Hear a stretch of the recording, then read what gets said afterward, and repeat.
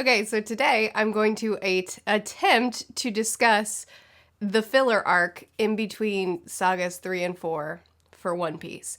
The reason I say attempt is because, look, we all know I'm new to manga, so this is all new for me. You guys have been very patient. Anime, I'm even more new to, so I'm gonna try. I'm gonna try to chat about it because y'all really wanted me to watch it. And the first 100 comments I got telling me to watch this filler arc, I said no, because I'm not a TV person. I don't watch a lot of shows. I don't dedicate a lot of time to TV. It's just not my preferred form of entertainment. But the 101st comment, I finally said yes. One Piece fandom, nothing if not persistent. So, I watched it. I watched the 11 episodes. I actually don't even know what this arc is called. Put it on the screen. And I really enjoyed it. I didn't expect to. The only experience I have with anime, I think, is Spirited Away. I have watched all of Avatar and Korra and one season of The Dragon Prince, but none of that is anime, right? Because in order for something to be anime, it has to be created in Japan. So technically that's not, but it's anime inspired. Anyway, there's all the experience I have with anime. So I didn't know what to expect, and I really, really liked it. I thought it was charming. I thought it was so fun. I found out that, I guess I found out already. I knew, one other thing that you guys have been really persistent about is to switch to the colored manga for One Piece, and I finally did. And between switching to the colored manga and now watching this One Piece, I didn't know that Zoro had green hair, and it was very upsetting at first, but I'm used to it now. But I really enjoyed having voices to these characters and actually seeing them in motion. I actually feel like, I don't know if it might be a combination between the arc itself and the just seeing Sanji in motion. I can't think of a better way to say it, but between those two things, I really like Sanji now. This is a great arc for him in general. I think seeing him in the kitchen more and seeing his dynamics with Luffy in the kitchen was really fun. But then also seeing the difference between him being so suave and chill and laid back, almost like Zoro is, mixed with him simping every time a woman is around, like that jarring change in his personality, I think just came to life a lot more on screen than I had noticed it in the manga. But then also too, I think it's a combination as well, because I'm currently reading Water 7 Saga, and I'm already much more invested in Usopp now reading Water 7 Saga, and Sanji as well, watching his chemistry with Zoro, or lack thereof, their rivalry, their hatred for each other. It's elevated so much in Water 7 Saga. And so I'm reading that and then watching this at the same time, and I think the two are just like blending together in my mind in this beautiful symphony of me really loving characters that otherwise I've had not great feelings about. This is already all over the place. Okay. I'm going to focus on this. We have a video for Water 7 Saga that's coming out soon. Let's focus on this. This was such a fun filler arc. I didn't think I wanted it because I just wanted canon, but I loved this. It was excellent. And to also, oh, here I go, breaking my own rule. Because I'm reading Water 7 Saga, I also saw a few things that I think this did a great job of kind of being a bridge. In the beginning of Water 7, one of the things that they said that they wanted right away was they need a ship mechanic. And so they're trying to get a ship mechanic. That's their next goal for a crew member. And then in this, they did a great job of kind of making that bridge of introducing to them why they need a ship mechanic and showing them that they need to put more love into the merry-go because it's taken them through so much. It's been so great for them. So they want to put care into it, but Usopp isn't equipped for that.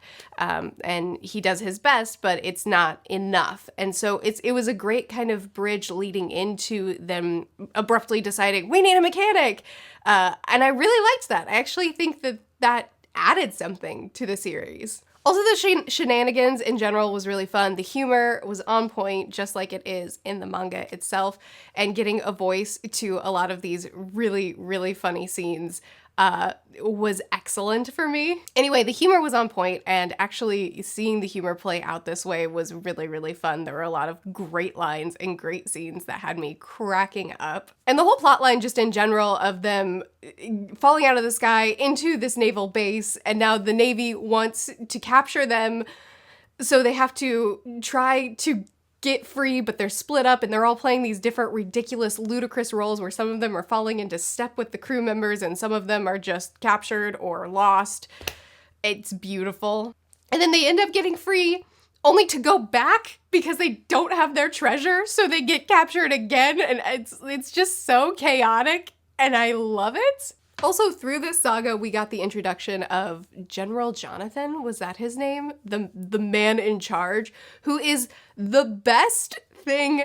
I love his character, and since this is a filler arc, I'm going to assume he doesn't come back around, which is very upsetting to me because he is excellent. His chill, non-fussed, very slow-moving and not riled up demeanor is beautiful, and the way he responds to everything, including the ship falling from the sky, him not being there when they need him, their first time capturing them and then them getting away and capturing them again, realizing that the ship inspector was imprisoned and falsely believed to be a part of the crew, which was just nonsense, beautiful nonsense in and of itself, them getting away the final time, and then just every single beat of this story, the way he responded in this calm, cool, no bothers given way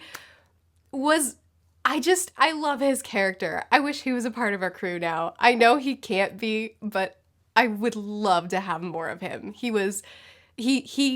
made this whole filler arc that much better. Plus, too, I loved his relationship with his wife, Jessica. Jessica was an interesting character, and I liked her dynamic in the kitchen pretty well, but her dynamic with her husband was wonderful. I love seeing just a nice marriage on screen where there's not really much conflict. They're just working together, and they like each other. It was really sweet to see. There were a couple of things that I feel I mean, I don't know if the author of One Piece took part in scripting this filler arc. I assume not, and I can tell because there were a couple of things that happened that I was like, they would never. Like one really big one that I stopped the show and I was like, no, I reject it entirely, was the scene where Usopp was in jail and Sanji had come and Usopp told him, reach in my pocket, get the, what was it called? The seashell / explosive. If you get that thing and then blow us out of here, right? And so Sanji got the thing, put it on the jail cell, and he was like, I'm going to get hurt if I make this explosive happen. And Usopp was like, suck it up, we need out of here, do the thing. And Sanji puts it on the bar, the jail cell, and activates it, and then waits for the explosion.